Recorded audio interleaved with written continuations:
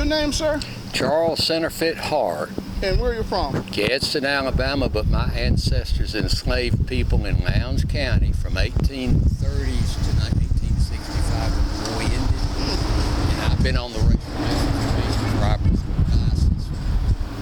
for about 10 or 15 years. I'm not on it anymore, but I come here in part because of the fact of what my ancestors did, the Centerfits. And I went to one class at Virginia Military about 2 years after Jonathan Daniels graduated. Got to know Richard Marshrow, the 26-year-old Catholic priest then who came down, heard Dr. Martin Luther King speak to the Catholics in Chicago, and he answered his call to come south. And Jonathan had heard the call while in seminary in Massachusetts, the Episcopal Seminary, and he arranged to skip his senior year, or one of his semesters, and come south. Lived in the projects, what we call the project in Gadsden, and got to know the West family. Richard Marshall got to know the West family, and I believe it was Alice West that opened her home in the assisted living projects in Selma. And Richard got to visit her, and he's come back, Richard Marshall, a lot of times. I estimate he's 85 now. And his daughter came this time. His son, he named for Jonathan, has gone before. And then Thomas Jones has made contact with Richard, and he's been a big supporter for Virginia Military Institute. So now, who built? Did he fund this monument? A man named Cable Brand, who graduated from VMI in the 30s or 40s, funded the monument, and they came up with an idea to create a Jonathan Mark Daniels Memorial Award. There was a group of black VMI students called the Promaji Club. Promaji is an African word, and I've now brotherhood maybe.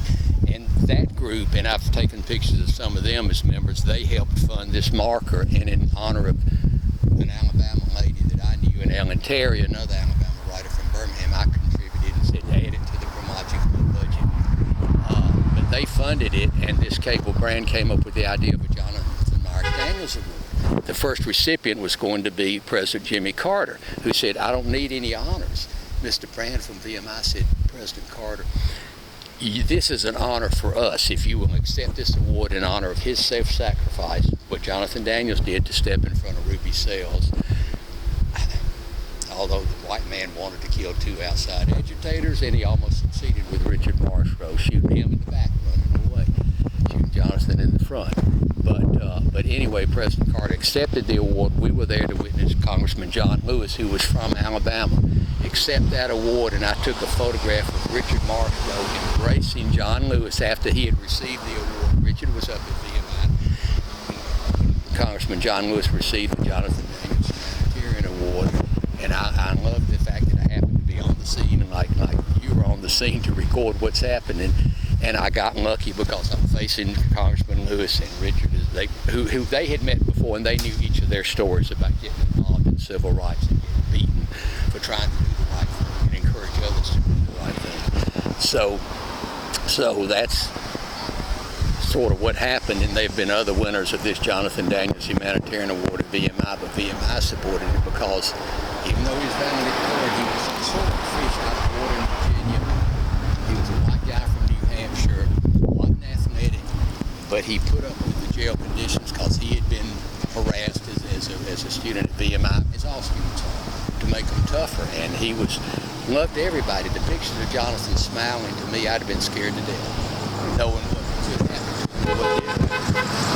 And yet he's smiling and at ease. And those girls were interviewed by Frank Sikora. There's a great book by Frank Sikora, a newspaper reporter started in Gadsden. And she said, the girls said he was always happy. He would bring us candy. He was joyful. We remember when we were 5 and 12, I believe there were 2 of them, Cheyenne Webb and the young West girl, but they remember Jonathan as being just a happy guy on serious business, thinking to do the will of God, which some people said. Anyway, I appreciate y'all covering this event. Anything you'd like to say to our audience before we let you go? Just that it's great to remember the past and the heroes. Not everybody has feet of clay, but they did the right thing, tried to move the country in the right direction. And we'll start started from Dr. King down to Jonathan. And I was in Canterbury Cathedral with my wife, and they have a chapel for the modern-day martyrs. The only two Americans in Canterbury Cathedral in this little tiny chapel are Jonathan Myrick Daniels and Dr. Martin Luther King Jr. And the page was open to Jonathan Daniels because August was when he was murdered. And we happened to go worship there and met the Archbishop of Canterbury, who of course knew about Jonathan and Dr. King. But I think they are inspirations for us to follow in trying to keep focused on the right path and the light and the way we all ought to be. Thank you. Thank you.